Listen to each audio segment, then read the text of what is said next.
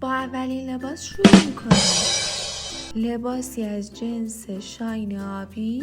اگه یه مهمونی شب داری که قراره همه رو شگفت زده کنی، این گزینه فوق‌العاده است. من به این لباس لقب سیندرلا رو دادم. این یکی یه لباس پفیه صورتیه که فوق‌العاده خاصه، مناسب یه تولد شاهانه و لاکچری یا حتی فرش قرمز کوچولو. اسمش چی باشه بهتر از یه مدل شکوفه خیلی خاص؟ اگه دنبال یه استایل رویایی میگردی، این لباس قرمز با پروانه پشتش رو از دست نده.